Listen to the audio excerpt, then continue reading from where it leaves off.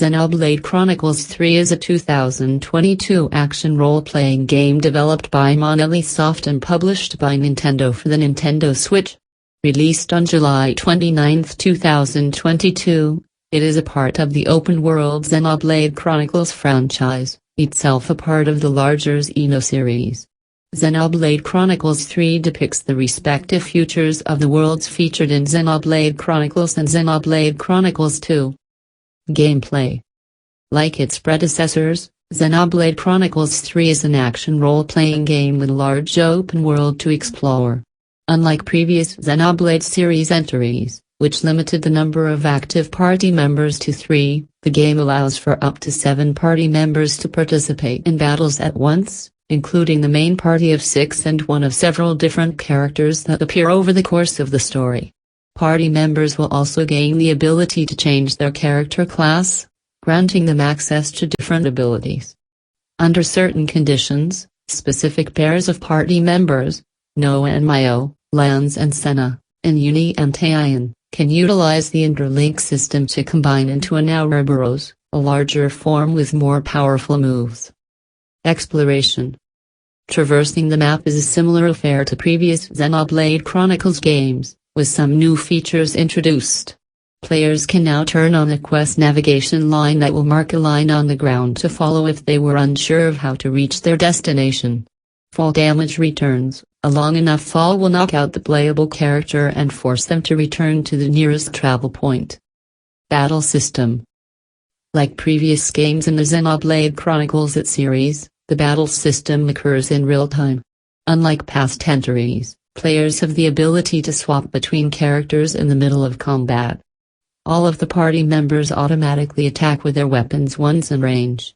Party members use abilities called arts.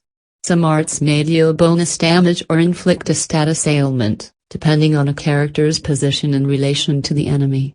As a character continuously uses arts, they will eventually be able to unlock a talent art. Talent arts from different classes are all unique. Some will grant a large chunk of bonus damage to a dazed enemy, and others will summon a circular field that gradually regenerate HP to anyone inside the field. In addition to arts, the break, topple, daze combo will temporarily stun enemies in combat. Every tutorial the player receives is archived under the tips section in the options menu. The training drills feature allows people to redo any combat tutorial to ensure they understand a specific mechanic. Best things to do after beating Xenoblade Chronicles 3. After beating Xenoblade Chronicles 3, players can unlock 2 additional heroes, Melia and Nia. Go to the icon in main castle gate on the first floor to trigger an event that will unlock Melia. Likewise, head to the icon in the Hall of Serene to trigger an event that will unlock Nia. Following their respective events, players can recruit these heroes in Xenoblade Chronicles 3. Lastly, New Game Plus is unlocked after beating the game, wherein players can start from the beginning of the story while each of their characters retains their currently earned level. Some items will be temporarily disabled until those parts of the story have been reached again. Before beginning a New Game Plus, players should consider leveling up further and unlocking the remaining heroes in Xenoblade Chronicles 3. Guides. How to change the time of a day in Xenoblade Chronicles 3. How to change the time of a day in Xenoblade Chronicles 3. To change the time of day in Xenoblade Chronicles 3, players must reach a certain point in the main story for the option to become available. By Ethan Webb. Published 3 days ago. How to change the time of a day in Xenoblade Chronicles 3. Change time is a gameplay mechanic in Xenoblade Chronicles 3 that allows the player to change the time of day to whatever hour they please. The world of Xenos is vast and brimming with life, featuring places to explore, NPCs to meet, creatures to slay, and the addition of a day and night cycle that adds to the immersion and dynamic nature of the environment in Xenoblade Chronicles 3. Accordingly, the world will deliver a different experience depending on the time of day, with secret quests, NPCs, merchants, or monsters only appearing after nightfall. Therefore, if players are aiming to find and experience everything that Xenoblade Chronicles 3 has to offer, they will need to understand how to change the time of day in-game.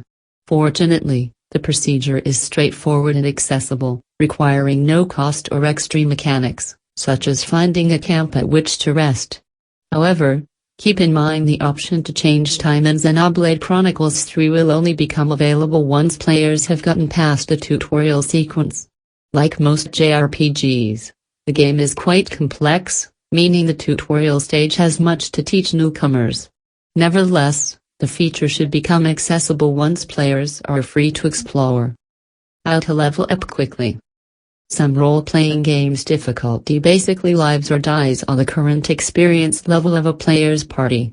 Others have trivialized it almost entirely. Xenoblade Chronicles 3 rests safely around the middle of the road, opting to add enough separate systems that levels aren't totally make or break, but giving foes enough of an edge on underleveled parties to incentivize keeping the pace. Simply going through the game's critical path, tackling narrative quest after narrative quest, will get you closer to a reasonable level than you might have feared. But it isn't optimal, which makes sense considering how the Xenoblade Chronicles series prides itself on side content. With this guide, we'll help bring you to as high level as you fancy, at any point in the game. Enemy categories. They say there are 3 types of Xenoblade players. Those who run past every enemy they can, those who run past the small fry but actively chase after the tougher fare, and those who attack every single thing that ever crosses their screen.